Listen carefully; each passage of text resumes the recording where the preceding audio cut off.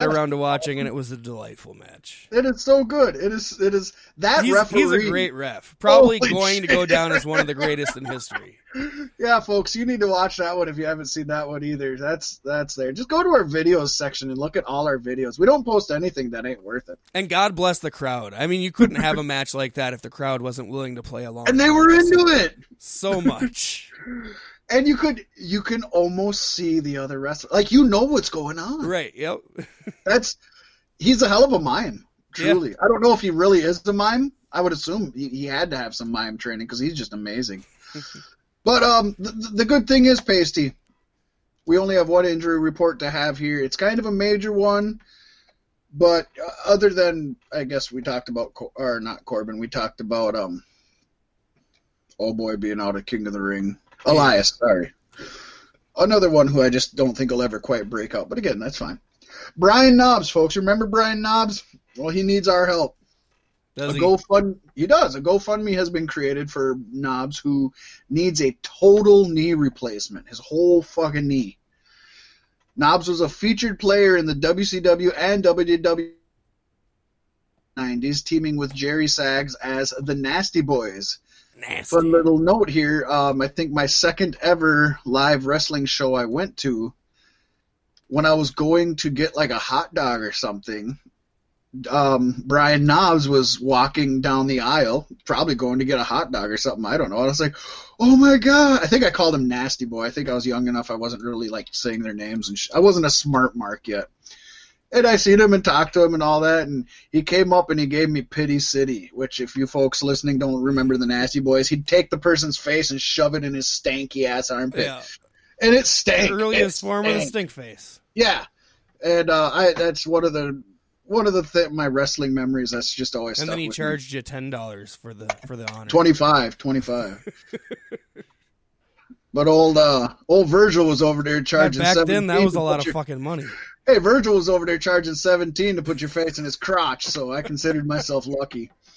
Yeah, but anyway. Are you sure it wasn't his face in your crotch? It was either or. he let you decide. Brian Knobbs is a former 3-time WCW Tag Team Champion, 1-time WWF Tag Team Champion, and 3-time WCW Hardcore Champion. Now, the goal for the GoFundMe is currently set at $10,000. And, folks, you can go donate and find out more information at GoFundMe.com. Just search Brian Knobbs. Otherwise, we do have a link on our Facebook page as well, Facebook.com/Beef Sticks Podcast. Yes. We couldn't have one set of picks without having a second set of picks, could we? Pick, y'all. That's right.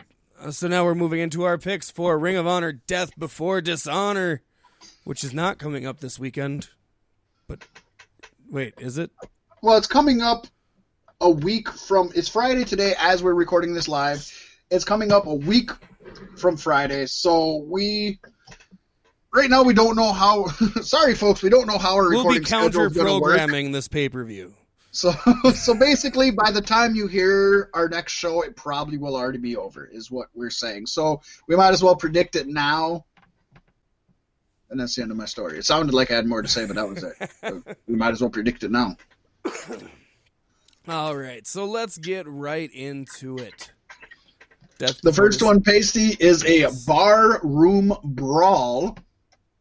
It has the new form team of the Bouncer, or newish form team of the Bouncers, taking on the Last Real Man, Silas Young, and Vinny Marseglia. Whatever happened to the dude that Silas used to tag with? Beer City Bruiser. Yeah, he's still Beer City around. Bruiser. Why aren't they tagging? You can't just always tag with the same people. Look at Mark and Jay I don't Briscoe. think I've heard of Beer City Bruiser since the Jericho cruise. Did he get lost at sea? He got drunk. He got lost. That's coming up here. That's going to be an AEW event here at the beginning of next year. Yeah, that's an official AEW pay-per-view coming up, or yes, indeed. Whatever, or event, I should say, because it's a multi-day event. It's a thing. I don't know much about the Bouncers, so I'm going to go with Silas Young and Vinny Marseglia. Yeah, Marseglia. You said it right, yes. And then just like I know, I added more onto it because I wanted to. I like you, buddy. I'm going the same. I think the bouncers are young enough, and ROH is a place where people earn their spot. And I think Silas and Marseglia are going to teach the bouncers a lesson. Even though, when you look at it on paper, barroom brawl, bouncers, you think they're going to win it.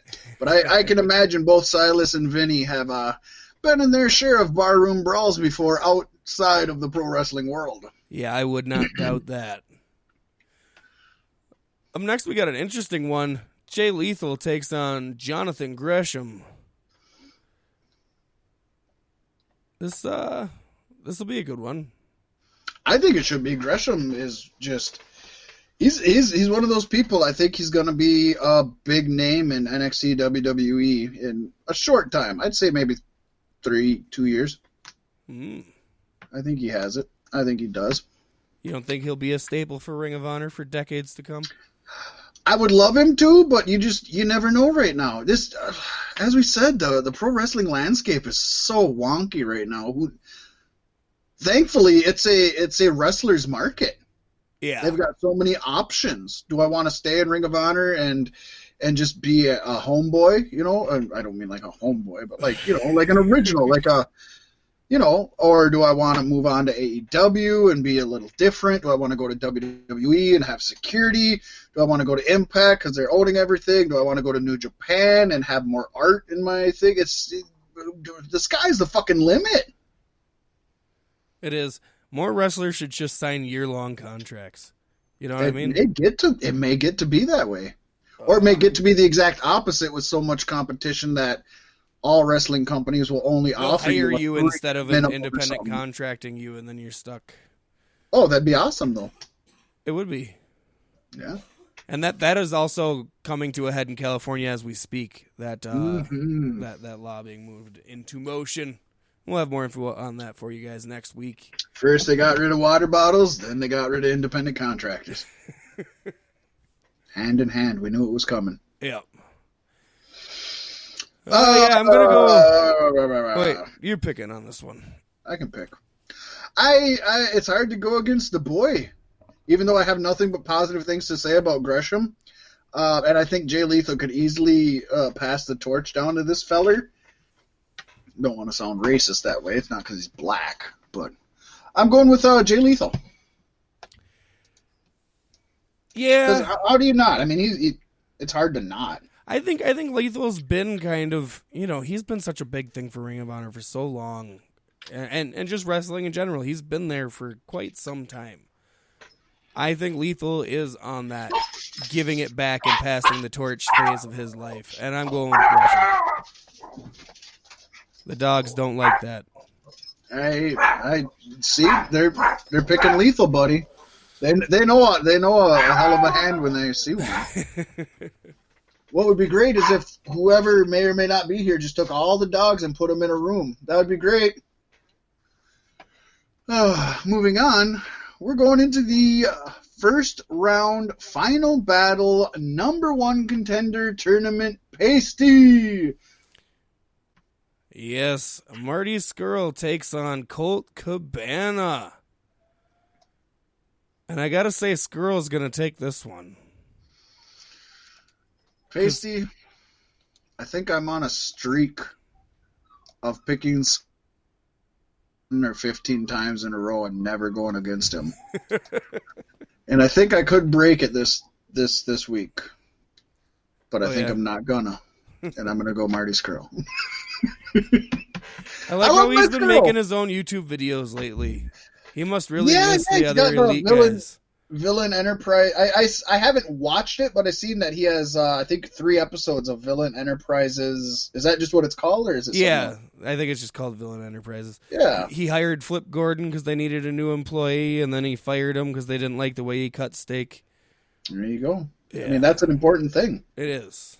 You got to cut on the bias against the grain. Steak aficionados will know what we're talking about. This is Beef Sticks here, folks. If you don't know that, get the fuck out of here right now. No, all that show says to me, though, is he's missing his buddies a lot. I'm sure he is. But Scurll, wait. So if this is Okay, so this could get real interesting because in the next, well, I got Skrull as well, and in the next match, it's the other first round final battle, number 1 contender tournament. PCO takes on Kenny King. PCO of Villain Enterprises. Yeah. I could see PCO to win it. The crazy Frankenstein motherfucker. If he could just jump out the correct side of the ring, Right. he'd have a chance. Man, if it comes down to him, that would be a great way for him to get out of the company, though. If it came down to Skrull and PCO went full on Frankenstein on him and just didn't stop. Right? Mm-hmm. That's good television right there. So yeah, I think you know who we're both going with probably. Well, Kenny King. I'm such a huge Kenny King fan, but I have just come to accept that for whatever reason, he's never going to get pushed in any company he's in. I don't know why. Didn't he just get one over on Lethal though? Well, getting one over on Lethal and growing, and he got one over on Lethal, and now he's losing to PCO in the first round. Lethal and PCO are two very different beings to contend with. So it's like, I'm going PCO too. This guy, for being a 75-year-old fucking Canadian who can only see out of one fucking eye, and that's before he busted it. You got to watch the resurrection of PCO videos they got on YouTube. They're so ridiculous. I love it. I'm gonna watch that shit. I'm gonna watch it. How old is this fucker? He's not young. Oh shit. Put in PCO and you get polycystic ovary syndrome. That's not what I expected to get. Let's go wrestler after that. He needs to get more famous, and then that can change. You want to know what's even crazier than that, Pasty? Huh. Is I'm pretty sure I said that correctly. I'd never seen that term in my life, and I think I read it correctly. Polycystic ovary syndrome. Wow. I'm proud of myself. I'm proud of you. 51, which is actually slightly younger than I thought, but still, for somebody who's doing the type of wrestling he's doing, with the type of performers he's doing it with, holy shit. And honestly, if you watch some of the pre stuff, he talks about how he was always typecast in roles that he didn't enjoy and appreciate, and he finally learned about Frankenstein, which he had never read or seen the movie or anything, and he decided that was going to be his gimmick, and it's, for him, in his own heart and his own mind, is the best thing he's ever done. So he's going to run 110,000% with it. I don't think he cares if he dies with this gimmick because it's something he enjoys doing. Yeah, he was the goof. I don't know if you want to say goofy, but he was part of the Quebecers in the early '90s WWF, which was, goofy. And then he went to WCW in the mid '90s, and he was part of the Amazing French Canadians, which is hugely different than the Quebecers. Yeah. With, of course, the exact same two guys. It was Jacques Rougeau, who went on to become the Mountie, if you remember that in WWE. He had the little zap stick and shit. And, of course, Pierre-Carl Ouellet. I imagine Kenny Omega would get sandbagged with some kind of a gimmick like that if he signed with WWE. Oh, I could easily see that. I could easily see that. Okay. What do we got next, Poster? It's the Women of Honor World Championship. Kelly Klein defends her championship against Angelina Love. And let's face it, Love's not winning. I don't think so. I mean, she's great. She's awesome. She was probably, I hate to say it, of the beautiful people, she was probably my number 3, but the beautiful people was one of the best stables of women ever. Yeah. Hands down. And they were strong and powerful, but still had their sexuality. But it seemed like they owned their sexuality. It didn't seem like it was being used against them. It seemed like they were using it. So she's amazing. She is a pioneer for what became the women's revolution. But yeah, I think not only does Klein win it, I think she deserves it. Yeah, I'm right there with you. Angelina Love doesn't need to be winning matches at this point in her career.